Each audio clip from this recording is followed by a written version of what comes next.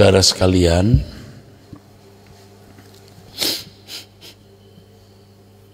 setiap kita bangun pagi, kita harus belajar untuk bersyukur. Sebab Tuhan masih memberikan kepada kita hari yang baru. Sadarkah saudara bahwa berapapun jumlah uang yang saudara miliki tidak dapat membeli hari yang baru.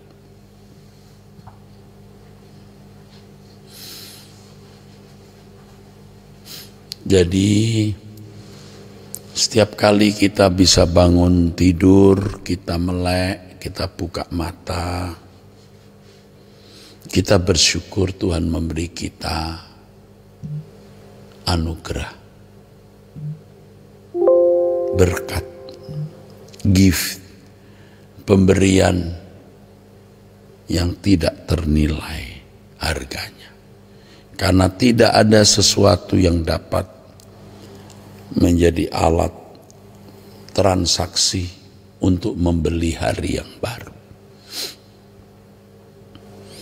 Coba saudara renungkan kalau saudara sakit atau orang yang saudara kasihi sakit. Jam 7 malam, jam 8 malam, jam 9 malam, makin malam itu makin kritis. Rasanya tidak akan melewati malam itu. Kalau itu saudara, rasanya tidak akan melihat matahari yang terbit esok pagi. Saudara baru bisa menghayati betapa mahalnya setiap hari yang Tuhan berikan. Tidak ternilai artinya memang tidak bisa dinilai, dihargai dengan uang. Terlalu mahal. Uang saudara 2 triliun, 3 triliun, 10 triliun dolar tidak bisa membeli satu hari pun. Bahkan saudaraku,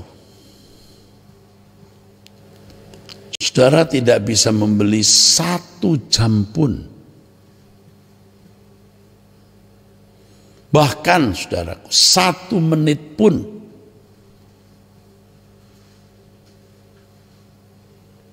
Jadi kita bersyukur kepada Tuhan yang memberikan kita hari ini hari yang baru. Kita bersyukur atas apa yang Tuhan berikan kepada kita. Hari ini Tuhan berikan kita hari yang baru. Sebab dengan hari yang baru ini Tuhan menyediakan bagi kita berkat kekal. Berkat abadi. Yaitu pendidikannya, proses pendewasaan, proses pemuritan yang Tuhan berikan kepada kita. Dan ini satu hal yang luar biasa, saudaraku. Tetapi banyak orang yang tidak melihat berkat kekal ini. Mereka memikirkan banyak hal, tetapi tidak memikirkan kekekalan.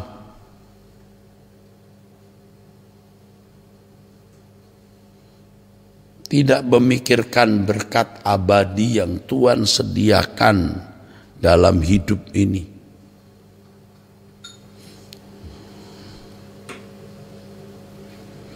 Jadi kalau Tuhan memberikan kepada kita hari yang baru, itu ada paket berkat kekal di dalamnya.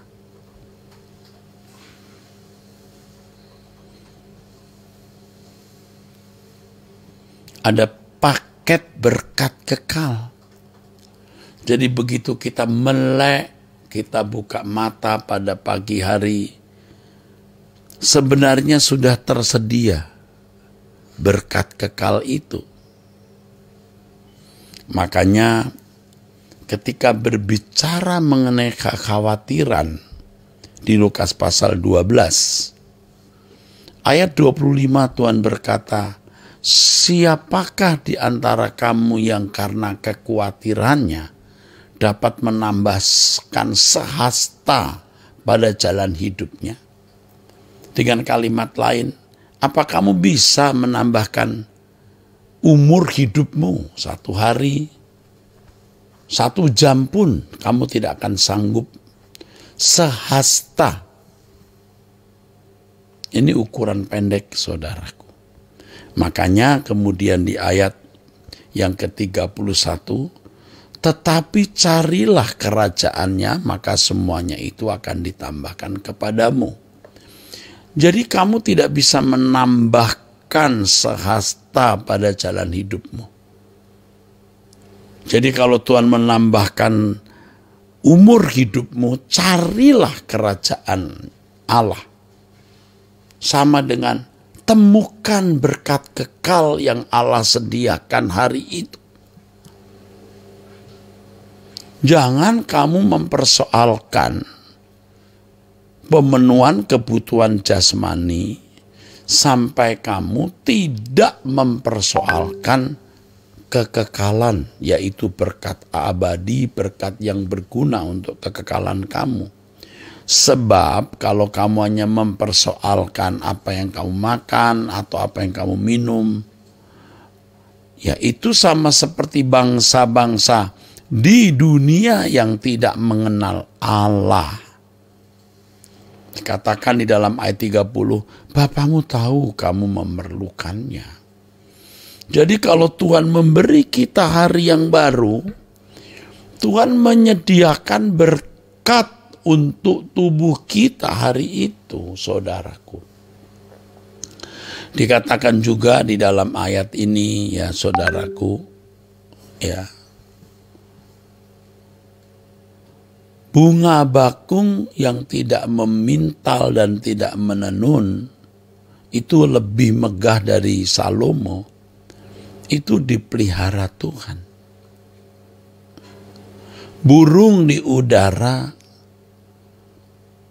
yang tidak menabur, tidak menuai, dan tidak mempunyai gudang atau lumbung, diberi makan oleh Bapa. Betapa jauhnya kamu melebihi burung-burung itu, saudaraku. Nah, saudaraku sekalian, jadi kita begitu melek, kita bersyukur. Wah, 1 hari mahal sekali. Tuhan berikan, dan di situ Tuhan pasti sediakan berkat untuk jasmani kita. Tapi jangan mempersoalkan pemenuhan kebutuhan jasmani ini. Pasti Tuhan berikan, pasti Tuhan berikan, saudaraku. Tetapi persoalkan berkat kekal yang Allah sediakan. Maka Tuhan berkata, carilah dahulu kerajaan Allah dan kebenarannya. Ini harus menjadi perhatian kita, saudaraku. Renungkan dengan sungguh-sungguh agar kita tidak menjadi manusia yang tidak berakhlak. Orang yang tidak menghayati hari itu berkat yang luar biasa. Dan tidak mendahulukan kerajaan Allah, tidak mencari kerajaan Allah, atau tidak berjuang bagaimana menjadi anggota keluarga kerajaan Allah yang baik atau anggota masyarakat yang baik. Itu orang yang tidak berakhlak. Pasti tidak bermoral. Orang yang berakhlak dengan baik di bumi ini akan masuk langit baru, bumi baru. Tapi orang yang tidak berakhlak, artinya orang yang bengis, yang kejam, yang menyakiti, merugikan sesamanya, itu tidak berakhlak. tidak akan masuk. Jangankan menjadi anggota keluarga kerajaan Allah, menjadi anggota masyarakat pun tidak. Jadi kalau Tuhan memberi kita hari yang baru, itu kesempatan agar kita dapat masuk ke dalam kehidupan yang akan datang. Ya, kalau Tuhan beri kita hari yang baru, Tuhan memberi kita kesempatan untuk memiliki kehidupan di dunia yang akan datang. Demikianlah pesan Tuhan, nasihat Tuhan kepada kita. Saudara akan mendengar nasihat Tuhan juga nanti di GSKI Pluit, ya saudara, pada jam 9.30. Pada jam 9.30, saudaraku, ya,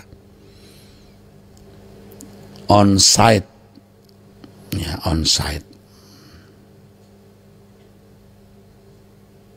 Lalu nanti ibadah jam 11 pagi di Mall Arta Gading dan jam 5 sore di Mall Arta Gading. Itu on site juga, tidak bisa melalui YouTube. Saya kira hari-hari ini kita belum bisa lewat YouTube. Kita telah di-strike oleh YouTube. Dan di dalam peringatan kita tidak boleh menggunakan Truth ID selama 7 hari ini, 7 hari saja saudara. Dan tidak boleh menggantikannya dengan channel lain. Makanya ini yang menjadi pertimbangan kami, yang di strike tentunya Truth ID. Apakah muka saya juga di strike? Artinya kalau lihat muka saya di